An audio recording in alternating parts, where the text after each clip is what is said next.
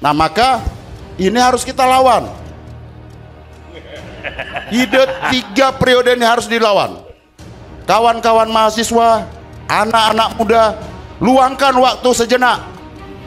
Tinggalkan buku, tinggalkan pulpen, tinggalkan tas, turun ke jalan. Untuk mengurus satu daerah yang atau unit paling terkecil di Republik ini dikasih kesempatan 3 kali. Sementara untuk mengurus ya, unit sebesar negara bangsa ini cuman 2 kali. 3 kali 6 tahun pula, Bang. Nah, makanya di awal saya sampaikan bahwa Jokowi 3 periode itu bukan agenda politik.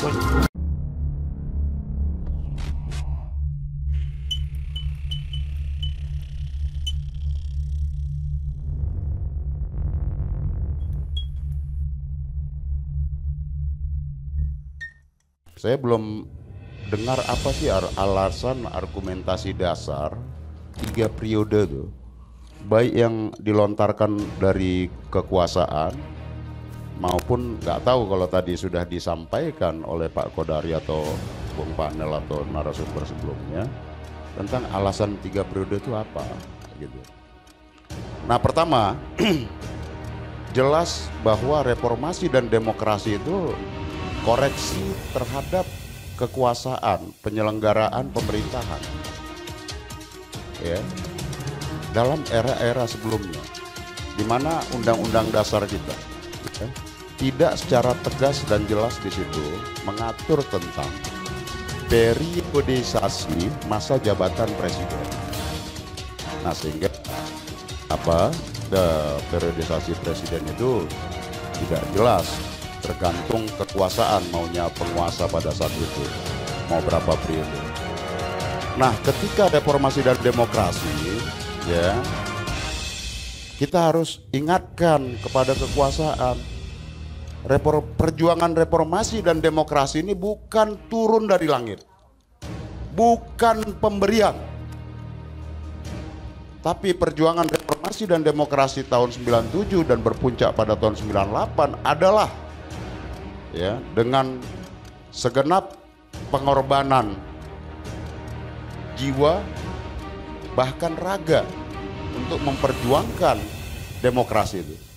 Jadi kalau datang dari kekuasaan ide 3 periode itu yang benar-benar dia tidak mengerti tentang reformasi dan demokrasi itu. Maka dalam proses reformasi dan demokrasi itu sebagai koreksi terhadap kekuasaan yang lama, maka disepakatilah untuk dilakukan amandemen terhadap Undang-Undang Dasar 1945. Dituangkanlah dalam bentuk konsensus yang tertulis bahwa masa jabatan untuk menghindari kekuasaan yang semena-mena, yang absolut tidak tahu batasannya kapan, maka dibatasilah 2 periode. 2 periode per 5 tahun. Tapi menurut Mr. Q itulah konsensus dasar kita dalam reformasi dan demokrasi itu. Abang nggak boleh menafikan bahwa yang namanya relawan Jokowi, yang namanya masyarakat itu punya aspirasi dan pemikiran soal Pak Jokowi lanjut lagi gitu loh, dengan berbagai macam alasan. Nah saya pribadi misalnya kan tadi ditanya ya apa alasannya kan, tadi kan karena Bang Masinton baru datang, kami udah ngomong lama, monggo kerso kan begitu kan. Oke, siap. Iya kan begitu, makanya saya ojo ke susu kan gitu. Gitu, tapi saya hitung tadi 3 kali, 1 kali, 2 kali, 3 kali kan begitu, ya udah ngomong gitu. Saya tidak berani mengatasnamakan ya teman-teman atau orang-orang yang punya pemikiran yang berbeda. Mengapa kemudian 3 periode itu harus dibuka gitu. Misalnya ada yang mengatakan lanjutkan pembangunan.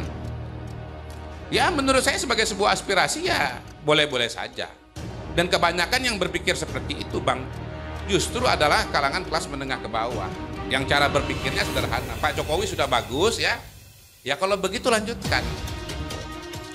Saya sendiri juga misalnya melihat, baru tahu juga tuh, kepala desa itu ternyata 3 periode.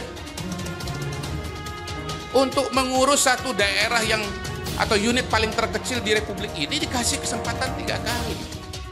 Sementara untuk mengurus ya, unit sebesar negara bangsa ini cuman 2 kali. 3 kali 6 tahun pula bang. Nah itu dia. Belakangan yang kedua saya tahu lagi, ternyata 3 kali itu tiap periode 6 tahun. Lah masa unit terkecil 6 tahun 3 periode, sementara unit terbesar ya 5 tahun 2 kali gitu loh. Sementara presiden, ya presiden siapapun dia presiden, dituntut untuk melakukan perubahan-perubahan yang maha besar, melakukan loncatan-loncatan besar, karena bangsa ini adalah bangsa negara berkembang yang ingin menjadi negara maju. Ini kekuasaan ingin menggunakan ototnya, menggunakan sumber daya kuasa dan uangnya untuk memaksa dan mendikte agendanya. Ini bahaya. Ya, jadi situasi yang bahaya ini dengan ide 3 periode ini harus menjadi concern kita bersama. Itu yang saya minta tadi. Teman-teman pers, tuliskan penolakan itu. Teman-teman mahasiswa, tinggalkan bangku kuliah dan tinggalkan semua, letakkan buku, pulpen di meja, tinggalkan ruang kelas, turun ke jalan.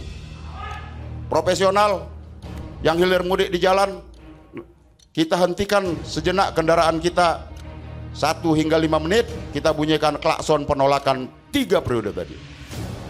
Harus digalang perlawanannya. 3 kali klakson. Klaksonnya berkali-kali menolak 3 periode. Nah itu.